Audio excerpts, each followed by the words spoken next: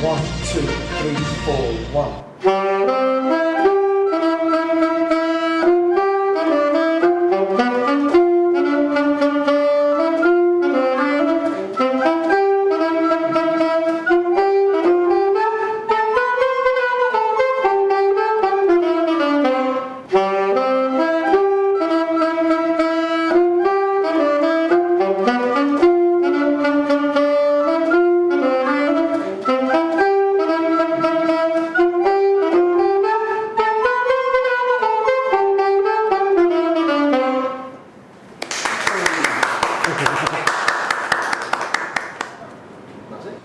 Good afternoon. I hope you enjoyed that beautiful piece of music that Howling Jim Lewis and myself have just played for you, just to indicate the difference between two different types of woodwind instruments. We had the clarinet, which is a closed pipe instrument, and we had the recorder, which is an open pipe instrument.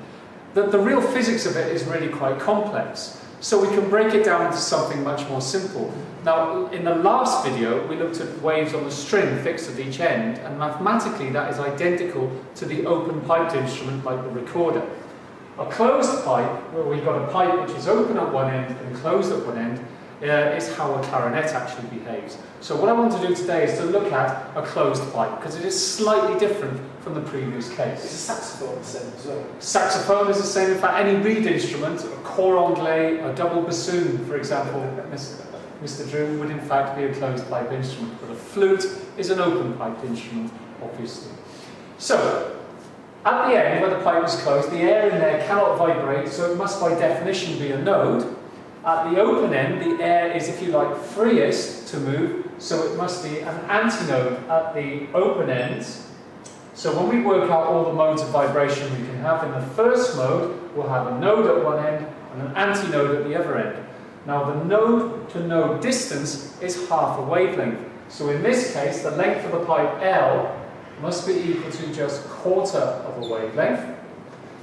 In this case, we have the same length, but this time we've got half a wavelength from there to there, then another quarter, so that must be 3/4 of the wavelength. And in this case, we've got a full wavelength from there to there, and then another quarter, so in this case, the length is equal to 5/4 of lambda. Now, when we want to work out the frequencies that we can excite, well, we know that the frequency equals the speed of the wave divided by the wavelength. So, in the fundamental, or the first harmonic, we can see that F equals V over, well, L equals lambda over 4, so lambda must equal 4L. So that is the fundamental. In the case of the second harmonic, we can see that F equals V over, well, it will be over 4/3, so in fact when we work that out, that will be 3V over 4L.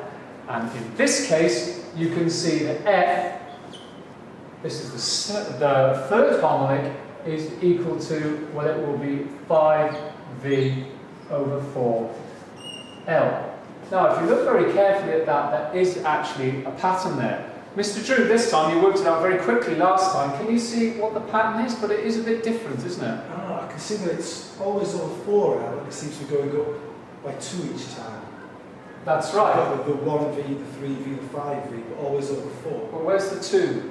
Where's the 4? Where's the 6? Yeah, they're missing out. Then we've got the odd numbers there. So we only get the odd numbers. So we can say that the frequency of the nth harmonic, if you like, is equal to NV over 4L, but N must be odd. Now, what I'm going to do is I'm going to clear the board with Mr. Drew's technology and show you a very simple work example. There we have it. I want you to calculate the ratio of wavelengths of the fundamental to the second harmonic in a pipe closed at one end. So if you remember here, you remember that the length here equals lambda by 4, so the wavelength equals 4L. We call that lambda 1. In this case, the length equals 3/4 of the wavelength, so this time lambda 2 equals 4/3 of L. So we're asked to find the ratio, so the ratio is lambda 1 to lambda 2,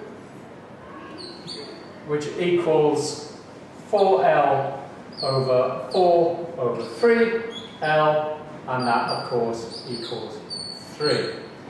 Now I'm going to give you a similar question, but with an open pipe. So you can see we've got an almost identical question, but this time we're going to find a ratio of wavelengths for the fundamental to the second harmonic in a pipe open at both ends. Now this is similar to the waves on a string, which is held firmly in place at both ends. From here you can see we go from antinode to antinode, so in this case lambda L equals lambda by 2. In the second harmonic, you can see that we've gone from antinode to antinode to antinode. So this time L equals lambda.